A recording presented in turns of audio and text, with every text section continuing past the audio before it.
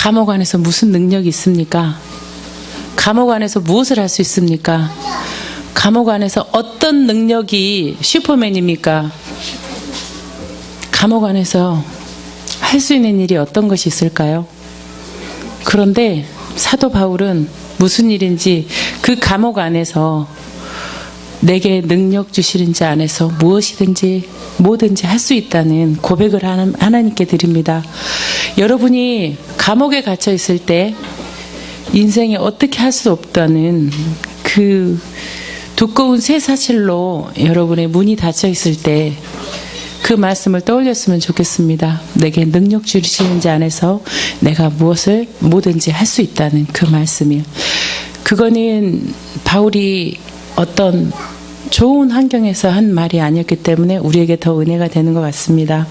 그러면 이제 우리가 고린도후서 12장 14절에서 21절까지 오늘 이제 저는 우리 전도사님 아니 우리 박창순 집사님 큐티를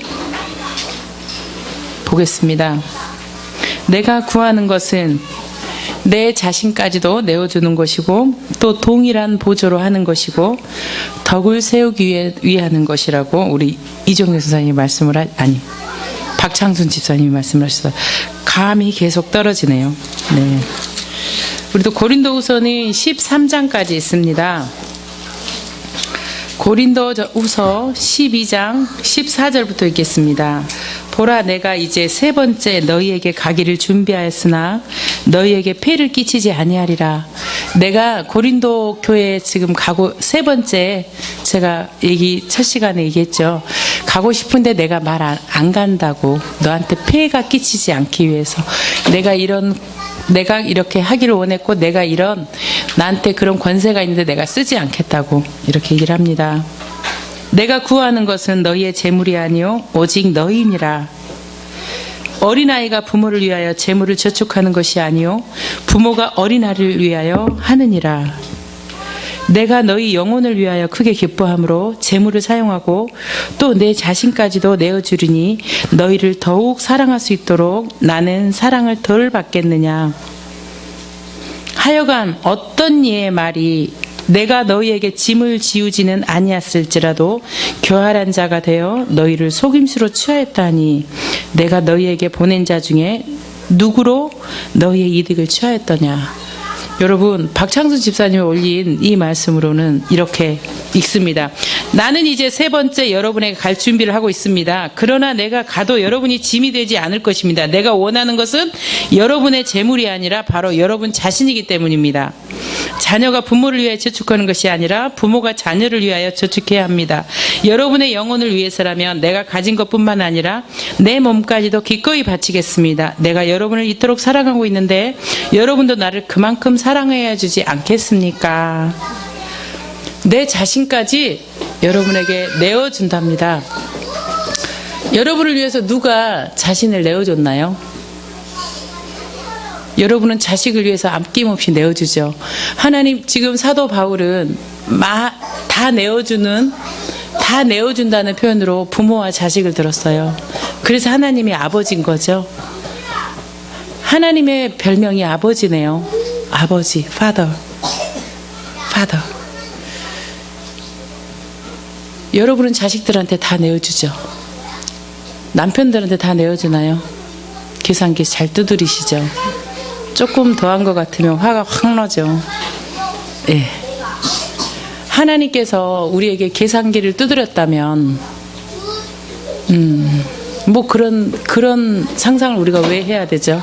하나님께서 우리에게 계산기를 두드렸다면 그런 거는 전혀 우리가 가설을 세울 필요가 없는 의미 없는 일이라고 생각합니다. 내 자신까지도 내어주리니 너희를 더욱 사랑할수록 나는 사랑을 덜 받겠대요. 도대체 이게 무슨 말일까요? 자, 16절 보겠습니다. 동일한 보조로 하겠다는 거예요. 동일한 보조로 이제 구하겠다. 어쨌든 내가 여러분에게 짐을 지은 일이 없어도 간교하게 속임수로 여러분을 착취했다고 말하는 사람이 있습니다. 내가 누구를 보내서 여러분을 착취했습니까? 내가 디도를 구원해서 다른 형제와 함께 여러분에게 보낸 일도 있는데 디도가 여러분을 착취했습니까? 그는 나와 같은 마음을 가지고 같은 길을 걸어온 사람입니다. 디도라는 이제 동역자에 대한 말입니다. 19절 보겠습니다. 덕을 세우기 위함이라고 사도 바울은 이야기합니다. 여러분은 아직도 우리가 변명을 하고 있는 줄로 생각하십니까? 우리는 그리스도의 사람으로 하나님 앞에서 말하고 있습니다. 사랑하는 여러분, 우리가 행하는 이 모든 것은 여러분을 돕기 위한 것입니다. 내가 여러분에게 갈 때 서로 기대어 어긋나는 일이 생길까 염려가 됩니다. 다시 말하면 여러분 가운데 다툼과 시기와 분노와 당파 싸움과 비난과 험담과 교만과 소란이 있어서는 안 되겠다는 말입니다. 내가 여러분에게 다시 갈 때 하나님이 여러분 앞에서 나를 낮추실까 두렵습니다. 그리고 전에 죄를 지은 여러 사람들이 그들의 더러움과 음란과 방탕을 아직도 회개하지 않고 있다면 내가 그들 때문에 슬퍼하지 않을까 염려됩니다. 덕을 세우기 위해서 기도하고 바란다는 것입니다. 여러분 앞에 이 모든 것들이 덕을 세우기 위하여서 이렇게 한다고 합니다. 여러분, 하나님은 수없이 성경에서 인내하라, 사랑하라, 용납하라, 용서하라 이런 말을 들 때 너무너무 부담스럽죠. 감사합니다. 저도 그렇거든요. 우리는 마치 성경을 윤리적인 부분으로 많이 받아들입니다. 사도 바울의 이야기는 이전에 어제 큐티에는 약할 때 강함 대신 계속 그 말씀이 나오죠. 계속 나와요. 내가 부득불 자랑할진대 내가 약한 것을 자랑하리라. 내가 나의 약한 것들에 대하여 자랑하리니 이는 그리스도의 능력이 나한테 머물게 함이라. 계속 뭐 그렇게 약하대요. 내가 이런 사람을 위하여 자랑하겠으나 나를 위하여는 내가 우리 동역자들을 위해서 이렇게 자랑할 건데 나를 위해서는 약한 것 외에는 자랑하지 않겠대요. 도대체 사도 바울이 뭐가 그렇게 약했어요? 사도 바울이 어떤 사람인 줄 아세요? 사법고시, 행정고시, 외무고시 다 패스했고요. 자기 할아버지 때부터 다 서울대 법대 나왔고요. 도대체 다 자기 집안들 전부 한 가닥씩 하고 있고요. 이런 사람이에요. 사도 바울이 포승줄로 예수 믿는 사람을 죽이려고 다메섹 도상을 쫓아가다가 다메섹에 있는 교회로 쫓아가다가 다메섹은 지금의 시리아의 수도예요. 거기 쫓아가다가 다메섹 도상에서 길 위에서 예수님을 만났어요.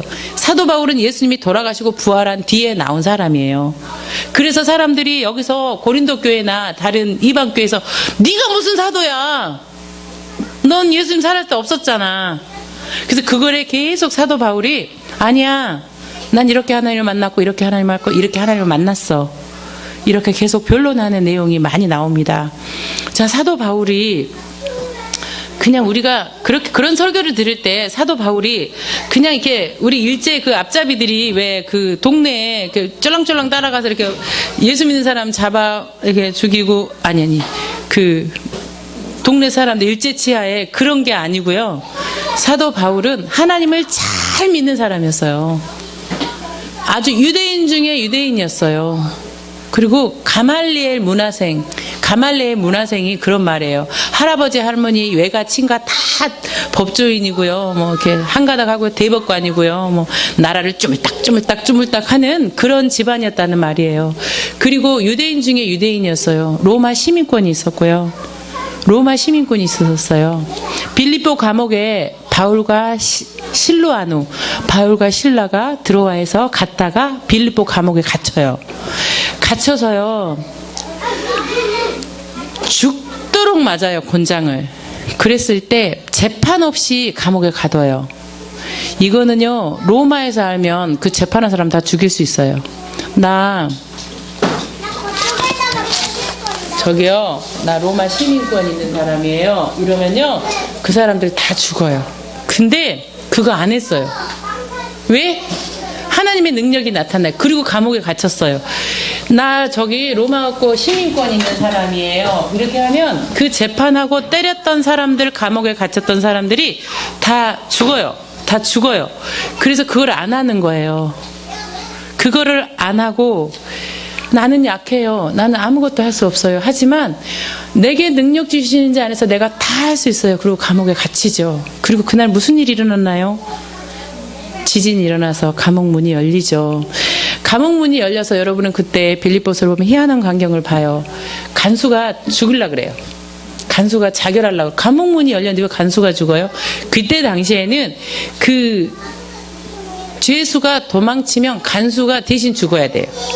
그래서 그 허술한 감옥 이런 것들에 대해서 철저히 책임주의로 관리를 하는 거예요, 죄인들을.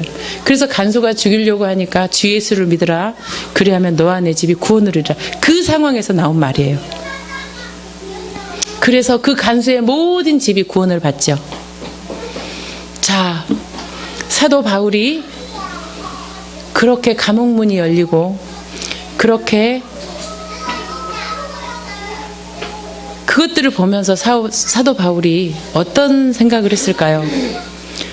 나 로마 시민권 있어. 널 다 죽었어. 그런데 그걸 지금 계속 제한하잖아. 안 쓰잖아요. 내가 고린도 교회 가서 내가 너는 왜 그래? 내가 그렇게 가르치랴? 내가 그렇게 설교를 했고 그렇게 편지를 보냈고 내가 고린도 전서도 보내고 그런데 너희들 왜 그따위냐? 이렇게 나무를하지 않았어요. 왜? 덕을 세우기 위해서. 여러분, 덕을 세운다는 말을 우리는 하나님의 의, 덕을 세운다는 말을 우리는 윤리적으로 해석을 해요. 그리고 의라는 말을 행위로 우리는 생각을 해요.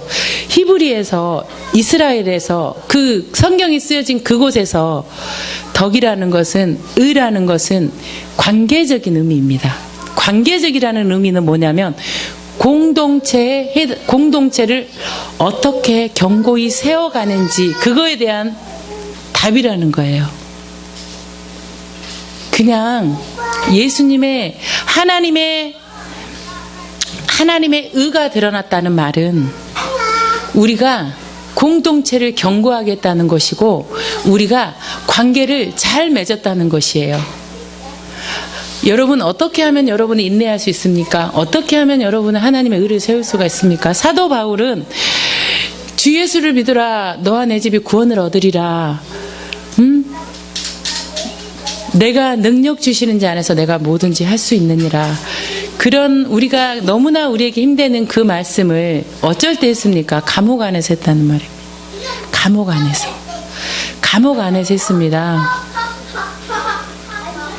가장 약할 때 이거를 체험을 하고 나서 사도 바울은 그 나중에 쓰여진 게 고린도 후서예요.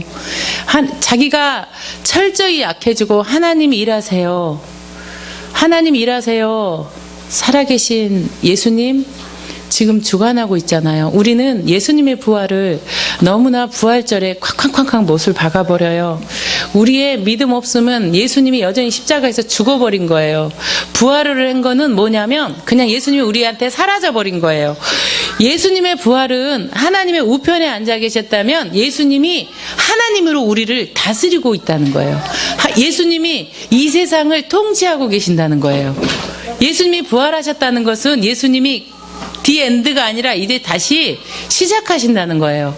하나님과 동등된 위치로 하나님의 우편에 앉아 계셔서 우리를 위해서 중보하고 계시고 우리가 어려울 때 그 예수님을 부르면 우리를 통치하시고 다스리고 주관하신다는 이야기예요.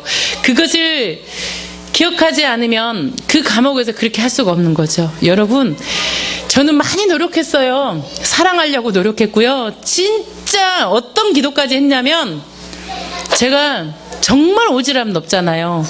한 아이가 초등학교 4학년짜리 아이가 여름 성경학교를 하는데 유치부에 가서 보조교사를 하고 있는 거예요.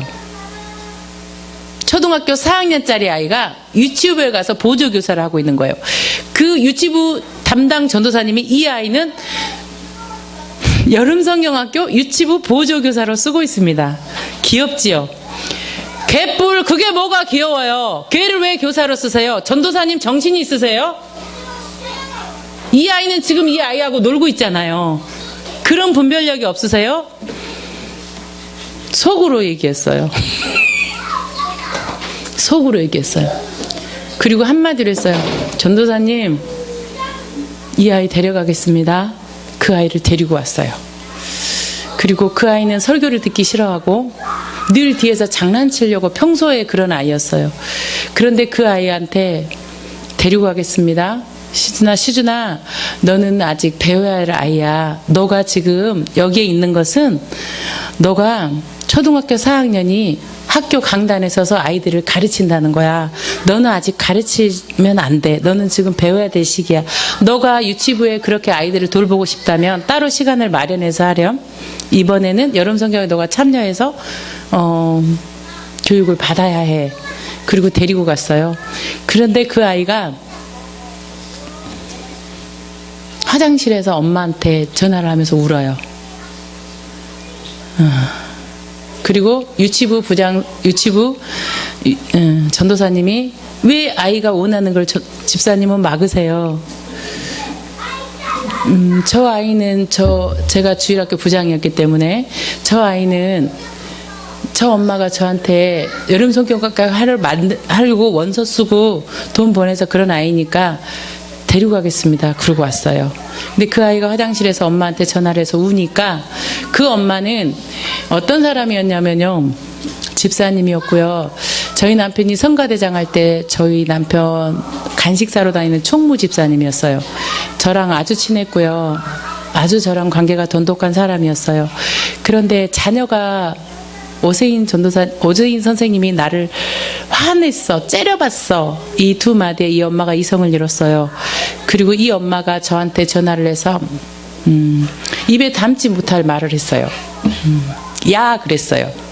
그거는 나보다 7년, 우리 남편보다 7년 아래 군 기수였기 때문에 그 사모님인 나한테 야 한 거는 그냥 끝나는 거예요. 그런데 야, 네가 뭔데 우리 딸한테 야단을 쳐. 앞으로 내가 선동해서 너가 주일학교 부장을 하는 동안 애들을 다른 교회 나가라고 내가 선동할 거야. 그 말을 들었어요. 그리고 저는 재수할 때부터 했던 주일학교 교사를 그만뒀어요. 그때 저희 담임 목사님을 만났어요. 너무 화가 나서 9시에 예배를 드리면 9시 15분에 갔어요. 예배는 드려야 되니까. 왜냐하면 내가 찬양하는 척 할 수가 없었어요. 찬양하는 척 할 수가 없어서 못 갔어요, 교회를. 온 핑계를 다 대서 왜 교회를 갔냐면 애들 때문에 갔어요. 애들 때문에 제가 갔어요. 너무 마음이 어려웠어요. 그리고 하나님께 이렇게 기도했어요. 저는 되게 착해요. 뒤집어서 말하면 되게 바보 같아요. 이 불편한 관계를 못 견뎌요. 그래서 제가 하나님께 이렇게 기도했어요. 하나님, 제가 제 마음이 너무 불편해서 저 사람한테 먼저 사과하지 않게 해주세요. 무슨 그런 기도가 있어요. 하나님, 내가 저 사람한테 내가 너무 불편하고 이 마음이 같이 교회 다니면서 무슨 이게 교회 다니는 사람들이 도대체 이게 무슨 쪽팔리는 일인가. 서로 쌩까면서 나는 9시 15분에 예배를 가면서 하나님, 내가 이 마음이 불편해서 저 사람한테 먼저 사과하지 않게 해주세요. 그 기도가 나는 한 번도 생각하지 못한 기도였어요. 누군가가 나한테 용서해라 그랬으면 너나 해 그랬을 거예요. 사람들은 아무도 저에 대해서 아무런 목사님 사모님이랑 예배만 가면 목사님 사모님이랑 그 집사님이랑 속닥 하다가 저를 보고 딱 흩어져요. 그 사람은 너무 놀라운 능력이 있었어요. 너무나 놀라운 능력이 있었어요. 그러고 교회를 6개월 정도 다니고 나서 저는 너무나 열심히 하는 전도 집사였어요. 왜냐하면 신의회에서 저는 정말 저의 창의력을 따라올 수가 없었고, 개인적인 저의 해석입니다. 너무너무 신우 형제들만, 군인들이요. 걔들만 보면 제 눈에는 하트가 뿅뿅 났고 그를 20년 동안 했어요. 그리고 주일학교 유리바다라는 찬양단을 10년 넘게 그 선봉대교에서 했어요. 그런데 그 엄마가 너가 하고 있는 그거를, 그 말이 저는 틀렸다는 걸 알아요. 그렇지만 혹시나 그 엄마가 아이들을 안 보낼까봐 저는 그만둘 수밖에 없었어요. 그게 제가 할 수 있는 가장 큰 선택이었지만 저는 힘들었어요. 그런 세월이 있고 이 교회에서 와서 그 사람 때문에 온 건 아니에요. 어떻게 하다가 이제 교회를 설립하게 됐고요. 이 교회가 이게 아무것도 없고 저기서 이렇게 기도했어요. 황민식 목사님과 또 여러 목사님이 오셔서 처음에 정말 먼지바닥에 위에 방석을 펴고 돗자리를 깔고 이거를 9월 20일에 계약해놓고 여기서 모여서 주일날 기도했어요. 여전히 선봉대 교회를 갔고요. 주일날 오후에 여기에 모여서 기도했어요. 그런데 하나님께서 저에게 놀라운 은혜를 주셨어요. 그래서 그 사람에게 전화할 수 있게 해주셨어요. 제 입에서 하나님, 내가 내 마음이 불편해서 먼저 저 사람한테 사과하지 않게 해주세요. 이렇게 기도했어요. 그리고 내가 잘못하지 않았어요. 저는 다시 돌아보아도 제가 야! 이런 얘기도 안 했어요. 저는 혹시 제가 실수할까봐 굉장히 정형화된 말로 했어요. 저 평소에 볼 수 없는 말로 했어요. 그렇기 때문에 저는 제가 사과하고 싶지 않았어요. 나중에 하나님이 사과하라고 하면 그때는 하겠지만 내가 불편해서 하나 그런 기도를 했는데 하나님 여기서 저한테 그 사람에게 전할 멘트를 가르쳐 주셨어요. 이렇게 하나님이 하라고 하셨어요. 시준이 엄마, 내가 먼저 미안하다고 하지 못한 거 미안해요. 나는 그것을 내가 잘못했어요가 아니에요. 내가 잘못한 게 아니라 그 사람이 연약한 사람인데 내가 더 연약해서 이 사람을 너도 연약했구나. 너도 별거 아닌 거를 나도 별거 아니고 우리가 그랬구나. 이렇게 안아줬어야 되는데 내가 너무 별게 아니어서 미안해요. 그 멘트를 저는 다시는 그 사람이 저기서 오면 이렇게 뭘 들고 있다 이렇게 놔버렸어요. 그리고 마지막에 그 아이가 이사를 갈 때 시준이를 꼭 끌어안으면서 선물을 이만큼 줬어요. 제가 가증스럽죠. 그렇지만 제 마지막 자존심이었어요. 그 아이를 5년 동안 길렀던 제 자존심이었고, 시준아, 하나님은 정말 너를 사랑하시고 그래서 선생님을 주일학교를 그만두게 하셨어. 이 멘트를 했어요. 그리고 그 엄마한테 전화를 했죠. 시준이 엄마, 내가 먼저 용서하지 못한 거 미안해요. 미안하다고 말한 거 미안해요. 내가 먼저 용서하지 못한 건 미안해요. 정말 지금도 그 사람을 만나면 안아줄 수 있어요. 하나님이 부으셔서 하는 용서는요, 군더더기가 없어요. 어떻게 제가 그런 일이 있었을까요? 어떻게 제가 그렇게 했을까요? 제 인격이 훌륭해서요? 저 그런 능력 없어요. 버리고 싶었어요. 정말 목을 찌고 싶었어요. 너무 분하고 억울했어요. 내가 그러지 않다고 많은 사람에게 설명하고 싶었어요. 변명하고 싶었어요. 그렇지만 저한테 믿음이 있었던 걸요. 하나님 살아계셔요. 하나님 살아계셔서 그 사람을 보복하는 게 아니라 하나님 살아계셔서 나에게 필요에 따라 은혜를 주시면 내가 그 일들을 할 수 있을 거라고 확신했어요. 그래서 아무런 내 기도가 너무나 하나님께 상달됐다고 저는 믿었어요. 하나님, 내가 먼저 사과하지 않게 해주세요.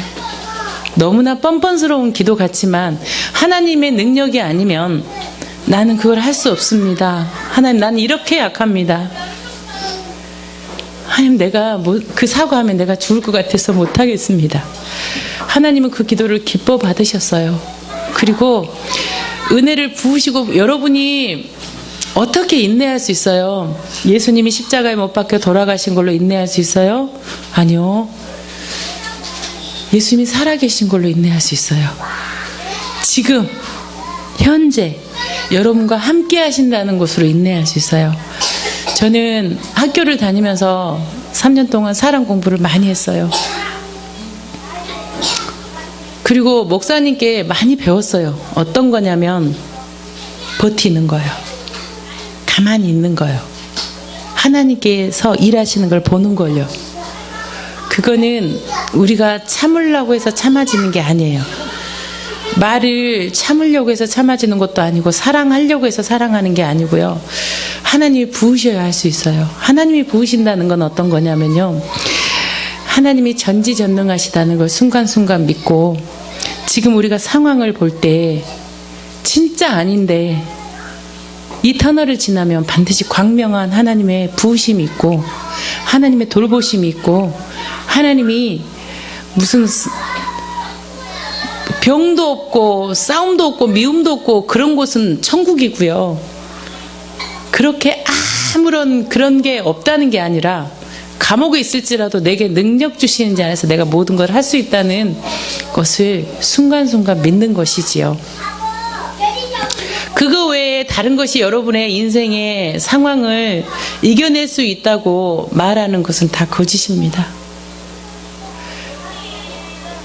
여러분이 제가 지난주에 이번 주에 성부 하나님, 성령 하나님, 예수님 한 분 중에 자기의 지금 상태를 말해보래요, 교수님이. 그래서 저는 성부 하나님께 얘기를 했어요. 전부 A4 용지에 적으래요. 그래서 저는 이렇게 적었어요. 성부 하나님께.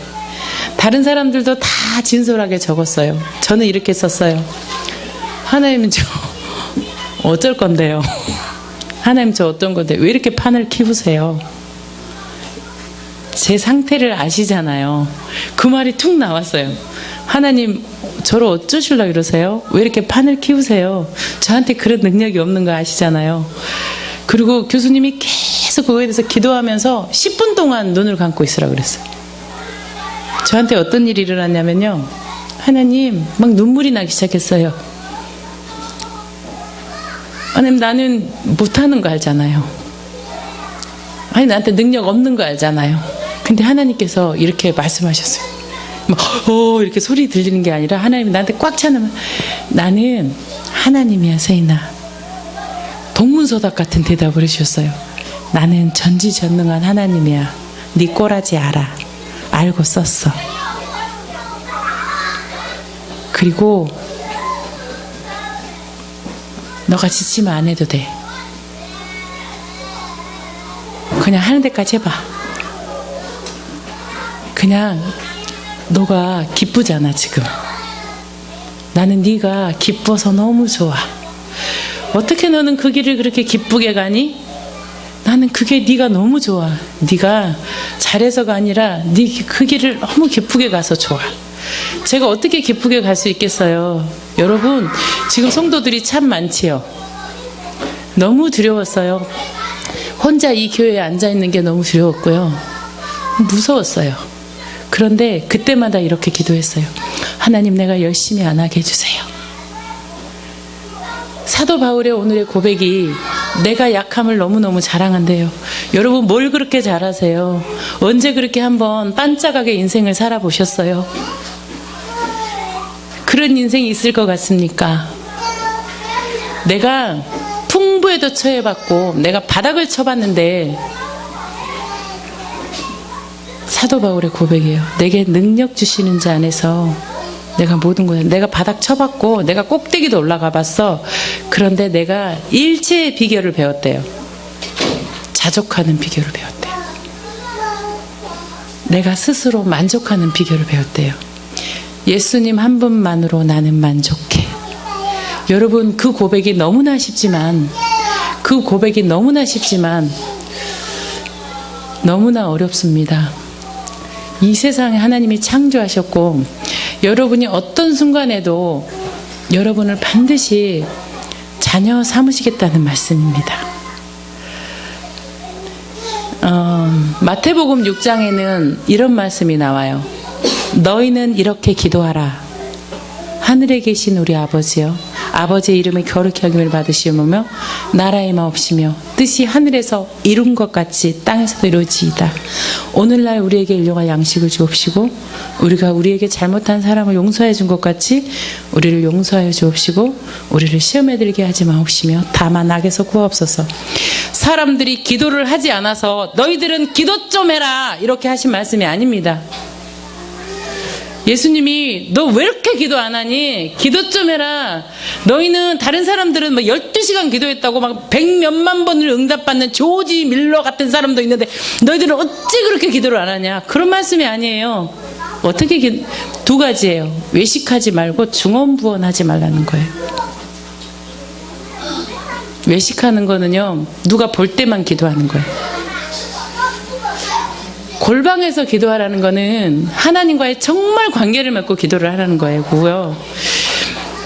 중언부언하지 말라는 것은 하나님의 능력을 믿으라는 거예요. 너희들이 기도할 때 우리 아이들한테 지난주에도 말씀드렸어요. 우리 아빠는 내가 아무리 기도해도 교회 안 나올 거야. 우리 남편은 내가 아무리 기도해도 변화되지 않을 거야. 내 새끼는 내가 아무리 기도해도, 내 아내는 내가 아무리 기도해도 내 남편은, 그렇게 여러분이 믿고 기도하고 있다는 거예요. 그거에 대해서, 그리고 중언부언하지 말라는 거예요. 제발 먹고 사는 것 좀 걱정하지 말라고. 내가 일용할 양식을 주었대요. 일용할 양식을 주었대요. 정말 여러분이 매 순간 그걸 믿으시기 바랍니다. 저도 그렇게 하겠습니다. 여러분이 그렇게 기도하시기를 바랍니다. 먼저 그의 나라와 그의 의를 구하시기 바랍니다. 매 순간 하나님의 전능하심을 믿기 바랍니다. 그렇지 않으면 여러분이 있는 힘 다 긁어서 인내하지 마십시오. 인내 안 되면 하지 마십시오. 우리 시어머니 감사해요. 힘들다고 얘기해줘서. 나 힘들어요. 나 뭔지 모르겠어요. 예, 그렇지만 여기 오시잖아요. 여기 오시잖아요. 왜 와요? 여기 왜 와요 도대체?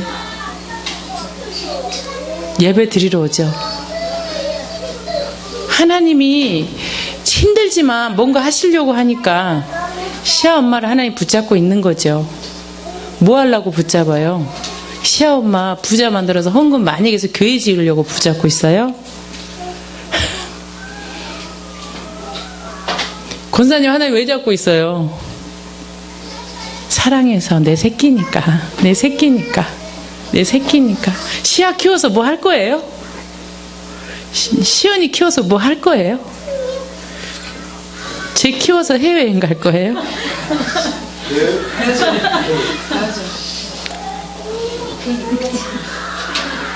우리는 다 일을 해요. 하나님은 창세기에 생육하고 변성하고 땅에 충만하라. 우리 민준이가 저한테 물어봤어요. 선생님, 공부는 왜 해야 돼요? 일하려고 해요. 일은 하나님이 주신 축복이에요. 하나님은 일을 저주하지 않았어요. 땅을 저주했죠. 사람을 저주한 적이 없어요. 하나님은. 누가 함부로 저주하면요 안 돼요. 그거 사랑해야 돼요. 우리한 사랑할 권리밖에 없어요. 그럼 하나님이 여기 모래다 숯불을 피운다네. 얼마나 뜨거울까요? 그건 하나님의 몫이라고 얘기하세요. 왜냐하면 여러분 끝까지 변명해보세요. 끝까지 이겨보세요. 내가 그 사람하고 끝까지 싸워봤어요. 그 뭐 남는 게 없어요. 진짜 남는 게 없어요. 그냥 하나님이 우리가 그걸 못해서가 아니라 우리를 너무 사랑해서 용서하라고 한 거를 그 끝장을 가보면 알 수가 있죠. 네가 다치니까, 너한테 그런 능력이 없으니까, 사람들이 그렇게 악하니까 내 새끼 아플까 봐 내가 그렇게 하는 거야. 하나님은 우리에게 일을 주셨어요. 일을 주셨어요. 일을 왜 하나요? 고아 가부를 돌보라고. 공부를 왜 하나요? 아이들에게 공부죠. 일이요. 일은 축복이죠. 일은 관계예요. 일을 열심히 하고 즐겁게 하다 보면 돈은 생겨요. 너무 이상적인가요? 왜 오늘 이 말이 나왔는지 모르겠어요. 일을 즐겁게 들어놓있는 똥 싸는 할머니, 아, 이 사람이 예수님이구나, 이렇게 생각을 하면 하나님이 놀라운 은혜를 주시죠. 그런데 그거를 그렇게 해야겠다, 나는 그것도 없는데 막 의무감으로 하지 말라는 게 하나님이 너희는 이렇게 기도하라 해요. 너희는 이렇게 기도하라. 너희들이 그럴 능력이 없는 걸 내가 애초에 아니까 그런 거 하지 말고 내 능력을 구해라. 니네들이 약한 거를 잘. 하나님, 나는 이렇게 빙신 같아요. 이렇게 바보 같아요. 내가 그 사람 용서 못해서요. 이런 기도를 할 수밖에 없어요. 그게 약함을 자랑하는 거라고 오늘 사도 바울은 얘기합니다. 그 모든 것이 우리가 공동체를 돈독하고 또 사람을 세우고 그 관계를 바르게 하는 것이라고 오늘 이야기합니다. 말씀을 정리하겠습니다. 여러분, 오늘 사도 바울은 나에게 약함을 자랑한다고 했어요. 내가 약함을 자랑하는 것은 내 안에서 주님이 일하심을 내가 제한하지 않기 위해서 한다고 말씀했어요. 여러분, 환경에 정복당하는 기도를 하지 마십시오. 제가 지금 너무 힘들어요. 하나님께 고백하지만 여러분 스스로 환경에 정복당하는 기도는 중언부언하는 기도고 외식하는 기도예요. 내가 아무리 기도해도 하나님은 안 도와주실 거야. 내가 봐도 남편이 웃기거든요. 교회 가자 그러면 생전 눈에 흙이 들어오기 전까지는 안 간다고 아주 선포를 통통한 소리를 하거든요. 그 남편을 향해서 우리가 어떻게 환경에 정복당하지 않을 수가 있습니까? 하나님의 전지전능하심을 믿을 때 우리는 정복당하지 않을 수 있어요. 주기도문으로 기도하십시오. 여러분에게 하나님은 반드시 굶어 죽이지 않으신다고 얘기하셨어요. 하나님의 말씀은 하나도 쉼표 하나도 땅에 떨어진 바 되지 않는다고 하나님은 약속하셨어요. 하나님의 신실하신 성품을 믿으십시오. 기도하겠습니다. 하나님은 이렇게 기도하라고 우리에게 말씀하셨습니다. 기도 안에서 말씀하신 것이 아니라 환경에 정복당한 우리가 어떻게 해보려고 안간힘을 쓰다가 스스로 센 줄 알고 덤비다가 팔 꺾이고 다리 부러지고 머리 터지고 울고 있는 저희에게 하시는 하나님의 외침입니다. 아버지 하나님, 우리가 하려고 하지 않게 하여 주시옵소서. 우리에게 하나님의 능력과 하나님의 성품이 넘쳐서 하나님의 형상이 넘쳐서 그렇게 되어지는 사람이 되게 하여 주십시오. 아버지는 애초에 우리는 그런 사람이 될 수가 없습니다. 공동체 안에서 의를 이루고 관계를 개선하며 하나님과의 나 사이에 먼지들을 제거하며 그렇게 하나님 앞에 투명하게 살아가는 저희들 되게 하여 주십시오. 내가 부득불 자랑할 것은 약할 때 강함 되시는 하나님이라고 말했던 사도 고백처럼 우리가 완전하신 하나님 앞에 약함을 고백하고 날마다 더 많이 의지하는 인생들 되게 하여 주십시오. 예수님 이름으로 기도합니다. 아멘.